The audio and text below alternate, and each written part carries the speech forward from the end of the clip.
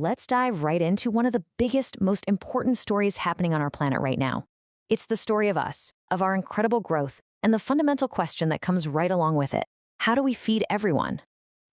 Just look at this number for a second. Over 8.2 billion. It's almost hard to wrap your head around, right?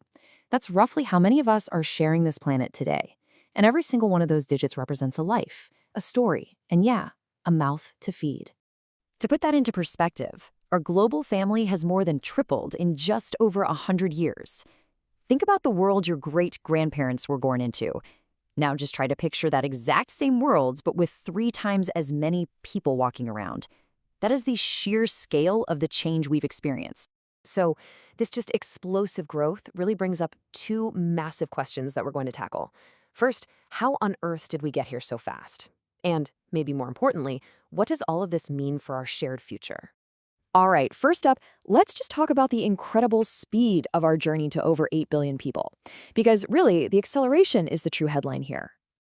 Check out the rhythm of our growth here. It took us over 120 years to add that 2 billion people, but then things just took off. We doubled to 4 billion in only 47 years. Why? Well, it's thanks to massive breakthroughs in medicine, sanitation, and of course, the green revolution in agriculture. And this stat is it's stunning. Let it sink in for a second.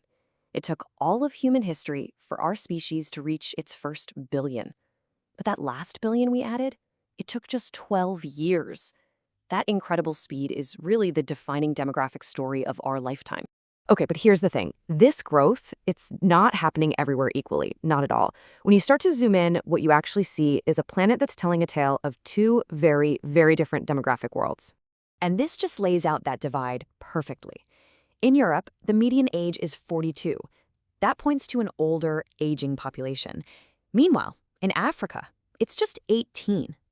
That's not just a number. It's an incredible wave of youthful energy, a massive population that is absolutely going to shape the next century. And if you look at the UN's projections, this gap is only going to get wider. Sub-Saharan Africa's population, it's on track to nearly double by 2050. At the exact same time, the populations of Europe and North America are expected to stay almost completely flat. You can literally see the world's demographic center of gravity shifting before our eyes. In fact, more than half of all the population growth we expect to see between now and 2050 is going to be concentrated in just a handful of countries.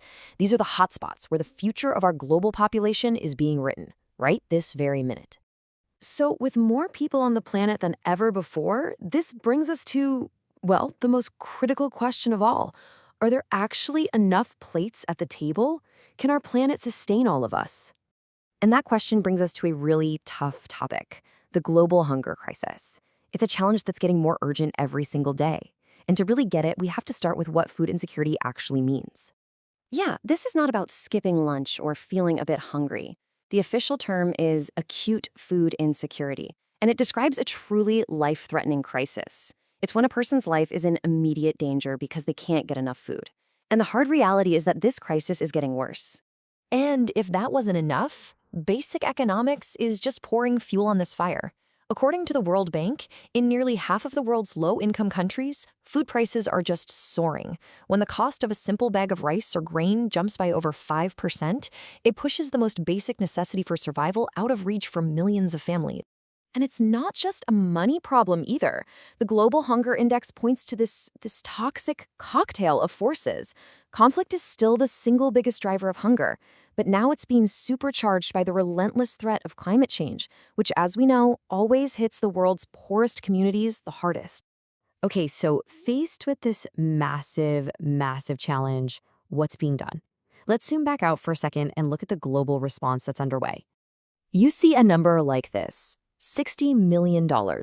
Now, this represents just one project out of hundreds, but it's a great example.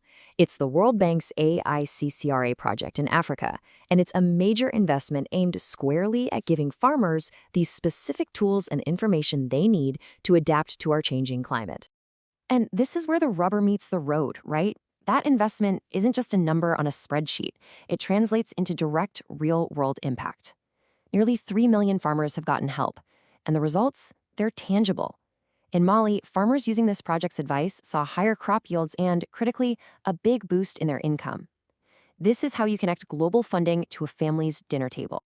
So, on the big picture level, organizations are calling for this really coordinated, three-pronged attack. Think of it like this.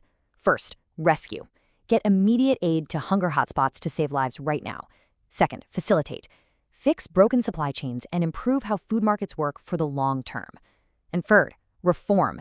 Get smarter with our money by repurposing billions in harmful agricultural subsidies and instead redirecting that money to support resilient, sustainable farming for local communities.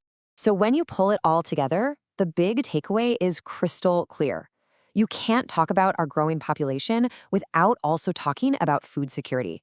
They are not separate issues. They are absolutely fundamentally linked, two sides of the very same coin. You know, the projections are pretty clear. The world of 10 billion people isn't an if, it's a when. And that leaves us with a final question. And it's a question that isn't just for governments or big aid organizations, it's for every single one of us. Are we truly ready to set that table?